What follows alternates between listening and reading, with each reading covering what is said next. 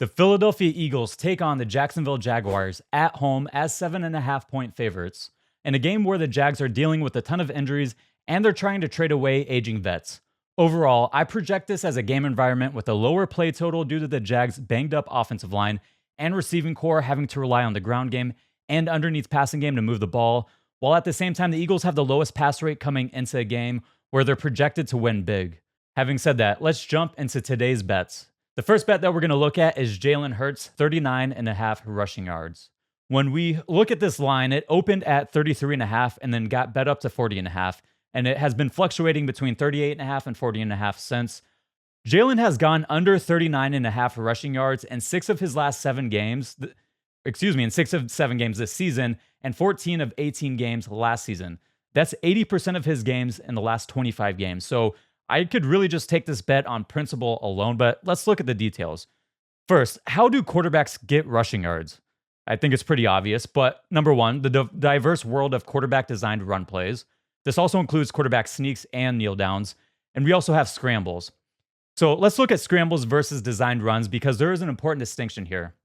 Over the last 3 seasons, quarterbacks have averaged 7 to 7.9 yards per carry on scrambles. On designed runs, taking out sneaks and kneel downs, quarterbacks have averaged between 3.9 and 4.9 yards per carry over the last 3 seasons. Every quarterback's obviously different, but when looking at rushing props, we really want to look for situations. If we're going to take the over on these guys, we really want to look at for situations where we can project a higher rate of scrambles. So when can we predict a quarterback to scramble more often? Number one, quarterbacks are scrambling league-wide on 10.2% of dropbacks when they are pressured. Compare that to 3.2% of the non-pressured dropbacks that turn into scrambles. Pressure rate is by far the best indicator of scrambling. So let's bring Jalen Hurts back into this. Jalen is scrambling on 10.5% of his pressured dropbacks, so around league average, and 3.8% of his non-pressured dropbacks. That actually continues a downward trend of scrambling from Jalen. In 2022, those numbers were 11.7% and 6.6%. In 2023, that was 11.3% and 4.8%. So we continue to see the development and the growth of Jalen Hurts as a pocket passer. And really what's happening is he's hanging in the pocket more often, or when he is scrambling, he's choosing to extend and throw versus extend and scramble. And there's a number of plays this year where he probably would have scrambled either in 2023 or in 2022, and now they're resulting in big plays instead of these 20-yard gains that he was making before. They're turning into 40-yard touchdowns to A.J. Brown and Devontae Smith. So as an Eagles fan, that's awesome to see. But when we're looking at these numbers, this is starting to lean, and we're starting to see Jalen Hurts props start to come down a little bit. When we look at the Jaguars, their pressure rates are not very good. When you look at Next Gen Stats, they're ranked 29th in pressure rate. Sports Info Solutions has them 29th as well, and Pro Football Reference has them as 26th. Furthermore, the Jaguars run a lot of cover one, and Jalen is scrambling on 5.9% of plays against cover one. That is below his 7.4% average on all plays. Now, why is that? Well, when Jalen sees man coverage, he is going to A.J. Brown and Devontae Smith. He is not sitting there and going through his progressions. He knows exactly where he's going to go, and so you see him scrambling at a much lower rate against cover one. So I'd expect that we should project for a lower scramble rate than usual from Jalen this game, knowing that the Jaguars get less pressure and they run the coverage where Jalen is scrambling the least amount against.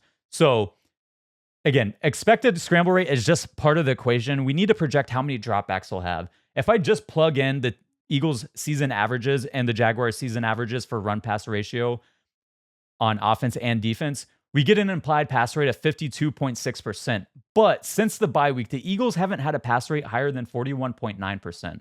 And Lane Johnson came out and spoke to the media about how the vets went to the coaching staff and asked them to run the ball more. And they have been doing that since the bye week. I think all the Eagles fans can see the commitment to it, and it shows in the numbers as well. That 41.9% pass rate came in a game when the Eagles won by 4 points. Vegas has them as 7.5-point favorites. And considering the vast number of injuries on both sides of the ball, this team is trying to unload their aging assets. This could turn into a big win, and we could see those run rates drop to the 30% range. The pass rates drop to the 30% range. So for that reason, I'm also off on Jalen Hurts and the receiving props. I could see them going under on a bunch of their props based on projected dropbacks and pass attempts, but I could also see them hitting a number of their props just based on efficiency versus a bad Jaguars secondary. If I were to bet Eagles passing or receiving props, I'd likely probably go under on attempts, completions, and receptions, and I'd go over on some yardage, mainly AJ and Devontae. But again, there's too many conflicting narratives for me to go and suggest people bet that, so I'm out on those props. Listen, you do not have to bet everything. That's probably one of the most important advice that you can give anyone. When in doubt, stay out. But let's jump back into designed runs. Looking at Jalen, he is getting design runs called on 12.6% of the team's non-quarterback sneak or kneel down rushes. So when we project for a higher rush rate, Jalen's projected numbers drop like a tenth of a yard.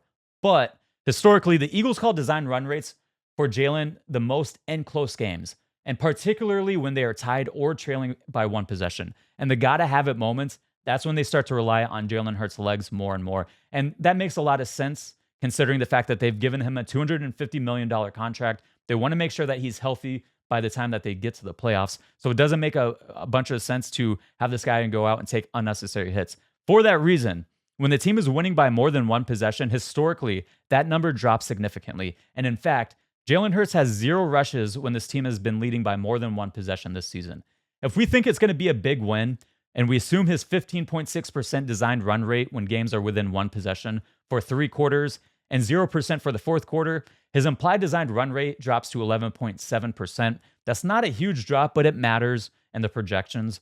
And when factoring in all of this together, I make the line 34.84 yards. It was a stay away for me at the beginning of the week. I thought it was a good line that Vegas set. They have finally started adjusting Jalen Hurts' rushing prop numbers down, but the public loves overs, so they bet this up to 40.5, and that gives us an opportunity to take the under. So thank you, public. Now, moving on to Trevor Lawrence, we are looking at 11.5 rushing yards. And much of this is going to be in the same vein of what we just talked about with Jalen Hurts. So let's look at Trevor Lawrence now. Lawrence is facing a tough situation. Christian Kirk is out for the year. His best wide receiver, Brian Thomas Jr., is dealing with a rib or chest injury that was thought to keep him out originally 2 to 4 weeks.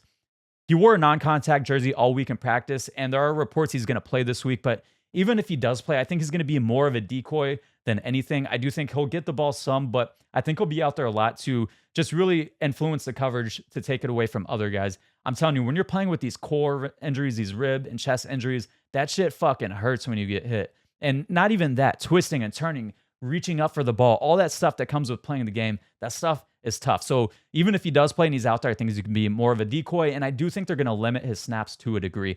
Doug Peterson talked about it as well. Do we want him to play? Yes, but there is also a long-term factor to think about with this rookie. Now, looking at some of the other factors, Gabe Davis is looking like he won't play as well. So that's 2 of the top 3 receivers likely not going to play, and the third receiver might be a little bit limited. Looking at the offensive line, they traded away their starting left tackle. I put that in air quotes because he was really battling for position with their backup tackle. So now technically the backup left tackle is in, and he is 55th out of 78 qualifying tackles and pressure rate allowed. Their right tackle, who is their starter, ranks 48 out of 78 qualifying tackles and pressure rate allowed.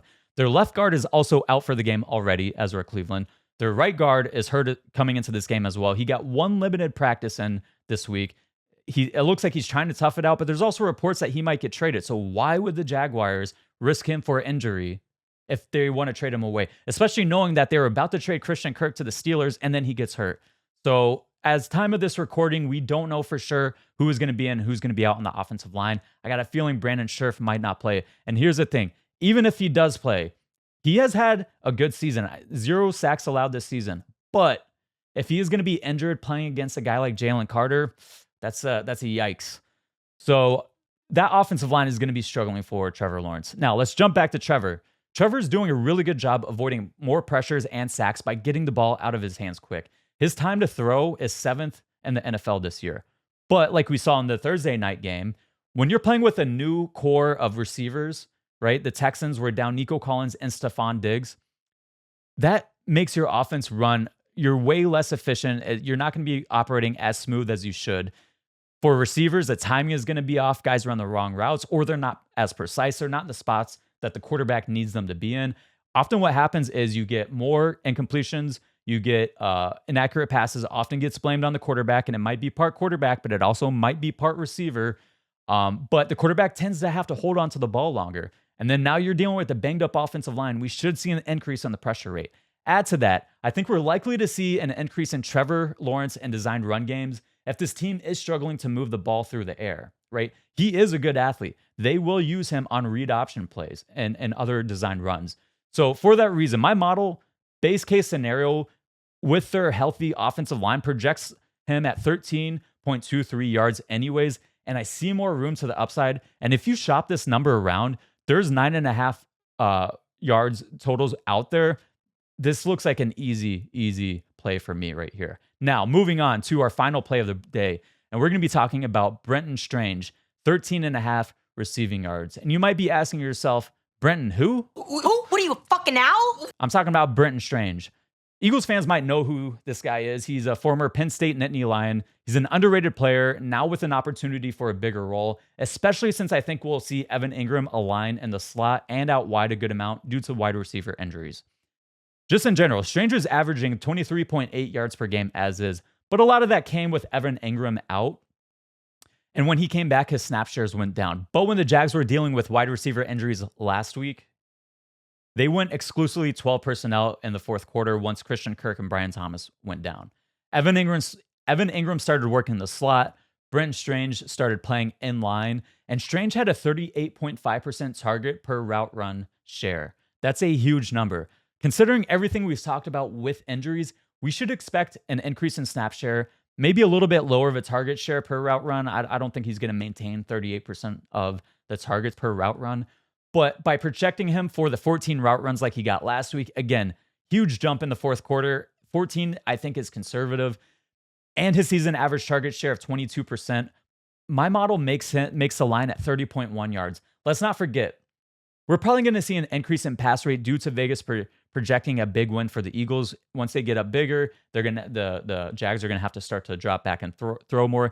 And we often see teams use more two tight end sets when dealing with offensive line injuries. It allows you to do things like keep guys in the block, or they'll chip and release, and you'll see guys catch routes in the flat. But there's an opportunity for big upside here. Even if Brian Thomas Jr. plays, I think that forces the Eagles to pay more attention to him, and that will open up things for everyone else. Strange 13.5 yards should be a lock to go over outside of injury. He had 59 yards last week. He had a 65-yard game earlier in the season. And with Vegas projecting him right now, Vegas is projecting him for his typical scenarios with Evan Ingram back in the lineup. I think this is a mispriced line. As of this recording on DraftKings, there's alternate receiving lines: 25 plus receiving yards plus 225, 40 plus receiving yards plus 600, and 50 plus receiving yards plus 1100. Now, I will caution this: don't unload your bankroll on 50 plus Brenton Strange alternate receiving line, but I do think it's worth throwing a few dollars on an alternate line for Strange. Now, that would be it for the bets, and I really wanted to give out a few more from earlier in the week. I wanted to give out a Saquon prop, but it got bet up too much for me to feel comfortable giving out. It was like 83.5 earlier in the week. It's been bet up to around 89.5 to 90.5 now. It's been fluctuating around there for much of the week. My model still projects him to go way over 100 yards, so he should hit that. But this Jaguars defense has been more of a pass funnel defense, meaning they've been pretty solid against the run. Now, they haven't faced an offensive line and a team that can run the ball like this Eagles team, so I think we still should get somewhat efficient Saquon Barkley. But I do think there is some conflicting narratives where I don't feel as comfortable throwing out this line anymore. And I did bet this an alternate line, 290 plus, so I got great closing line value on that. And this is why this, it's going to be important, because I want to go and start putting out, maybe I put some of these picks earlier in the week in a Discord or a Patreon. Personally, I've never used Discord and I've hardly used Patreon. So hopefully the fans can, in the comments can let me know what would be a better platform for you guys to use, or maybe I should just throw these on both. But it's important to get these lines early in the week, right? We look at Chase Brown coming into this game. If you try and bet Chase Brown now, you're getting a more inflated line than what you would have gotten on Friday, right? On Friday, I saw the Chase Brown news. I popped in the numbers in my model for a higher projected run share, and I see extreme value. I got Chase Brown at his numbers when he was projected to be in a split, in a share, right? Now, most people don't have the time to sit here and go through and do all this stuff. But knowing that when you see guys like Zach Moss have no practice on Wednesday and Thursday or limited practice, well, now we start to go on Thursday. Hey, let's look at what Chase Brown might be. What's his projected line if Zach Moss were to get ruled out or be labeled as doubtful on Friday? And that's exactly what happened. Zach Moss was labeled doubtful on Friday. That line got bet up and taken off. It got hit hard right away by the pro bettors. Vegas took those numbers down and reopened it the next day. I still think the number's too low, but the important thing is I was able to get an alternate line and his normal prop at a much more inefficient price. And that's why it's going to be important for something like a Discord where we can get these numbers out to you guys, where we can tell you guys things like on Thursday, be prepared if you see another limited or no participation from a running back like Zach Moss. Be prepared to take some of these lines because they move quickly when the snooze breaks. But having said that, that'll be it for today's best bets for the week. Hopefully, whether you bet, play fantasy sports, or just love the Eagles and football in general, you could take away some valuable information. And at the end of the day, best of luck to everyone. And most importantly, go Birds.